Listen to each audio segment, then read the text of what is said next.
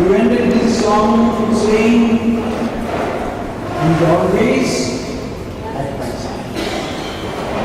This is not simply words. This is the truth. This is the truth. He is always. But suppose you might have heard, oh, if you do a sin, Holy Spirit will go away. That's right. Then all this truth you don't understand. Understand it? You understand? When you believe, or when somebody says, see, you should not do sin. Surely you should not do sin. But the next thing is, if you do sin, Holy Spirit will go away. That is why St. Paul says, Holy Spirit will grieve. You should not quench the Holy Spirit. Have you heard in Psalm, Solomon, or King David prayed, oh, don't take away my Holy Spirit. All this has to be understood in its right perspective. When King David prayed, don't take away the Holy Spirit from me, it's not about the Holy Spirit which is given to us through the passion, death and resurrection. At the cost of passion, death and resurrection, Jesus prayed, and Jesus said, I pray to my Father, and He will send you Holy Spirit to be with you for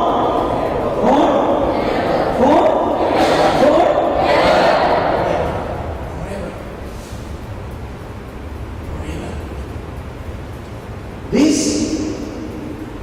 indwelling of Holy Spirit is sent to us to administer the salvation plan and salvation gained through Jesus Christ, to economize, to initiate in you, to give you that faith in Jesus, to give you that confidence that Jesus has already taken over your sin.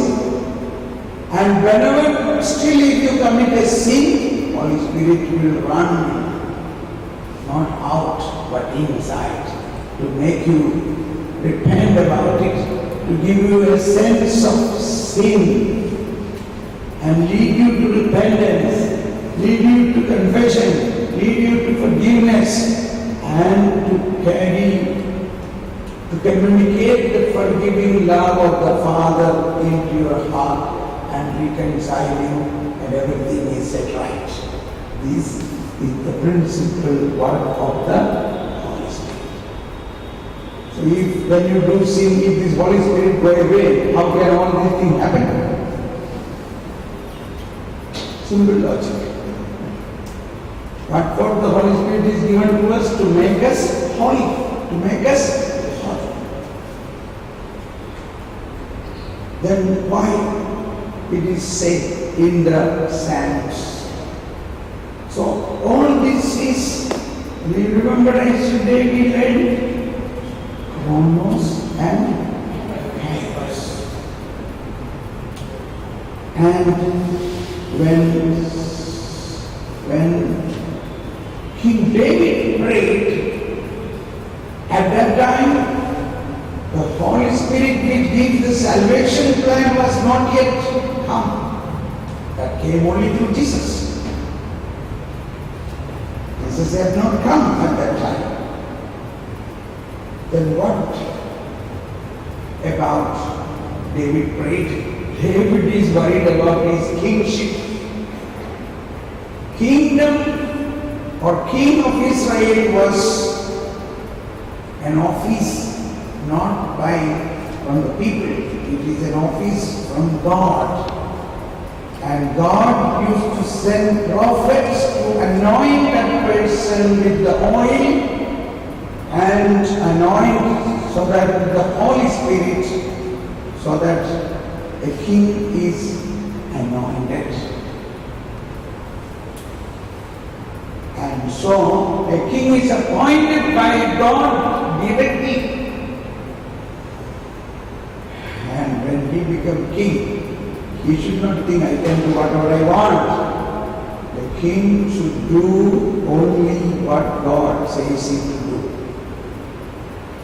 For that he is being assisted with prophets to know the will of God and to act according to the will of God. So King Saul, default word is now another meaning, King Saul disobeyed God, so his anointing is taken away and given to another person. Incidentally, that is King Saul. Suppose King David. Suppose King David disobeyed God, and then his anointing will be taken away from him and anoint another person. He has no idea whom he will anoint. See, King Saul's anointing was taken out and given to a shepherd boy. David was a shepherd boy. What qualification he had to become king of Israel? So, David knew very well, God may anoint another shepherd boy, not his son. So they were always in another type of a fear that if they do a mistake, there is all possibility that God may take away their anointing of kingship. That is what David was praying. Don't take away my Holy Spirit, whom you have given me as a mark of anointing of king. That moment and event and the time of history is different than the time of the coming of the Holy Spirit after the Messianic coming of Jesus. Jesus, through his salvation plan, given us the Holy Spirit to be with us always to the end. Holy Father was telling a few months back, don't be afraid about the last judgment. You must be prepared for the glorious victory of the last judgment. There you will not be alone. You will have two advocates to plead in favor of you. That is Jesus and the Holy Spirit. It is their duty now to make sure that you enter into the new heaven and earth, those who believe in Jesus Christ. As an example, suppose I am going to be judged. My judgment moment has come. My name called out, Thomas Paul Cordian. Yes, here I am. Immediately my advocates come to help me. And Jesus Christ, advocate number one. Yes. Speak on. My Lord, this Thomas Paul was a great sinner.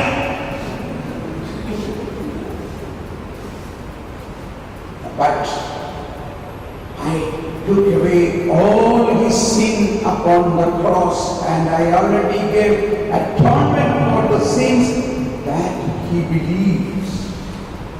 Therefore, all his sin is cleansed out. Therefore, he will be given a garment of salvation. The white garment is given to him.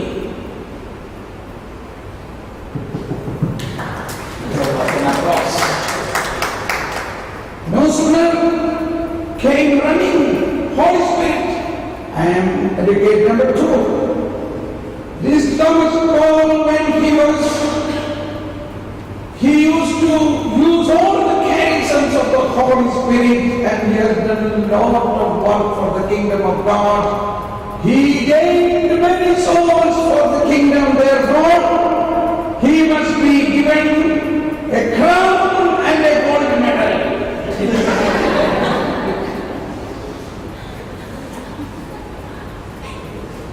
Praise the Lord. Either anybody has any objection? No objection. Therefore,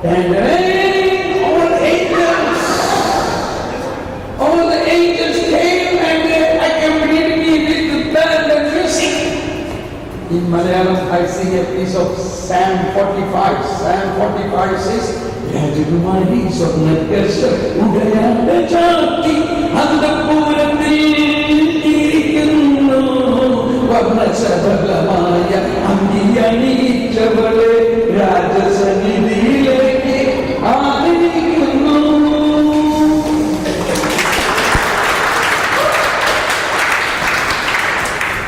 There you go. This is my last days in the kingdom of heaven. In fact, there are no last days. My days are end without end, accompanied by my beloved Jesus and most beloved Holy Spirit into the new heaven and earth. So, if this is the truth, if anybody says, oh, Holy Spirit will give you, how much Holy Spirit will be sad to know that. So faith in that understanding of the whole scripture, what is old and what is new. Okay. We will go into the Our Father prayer, okay?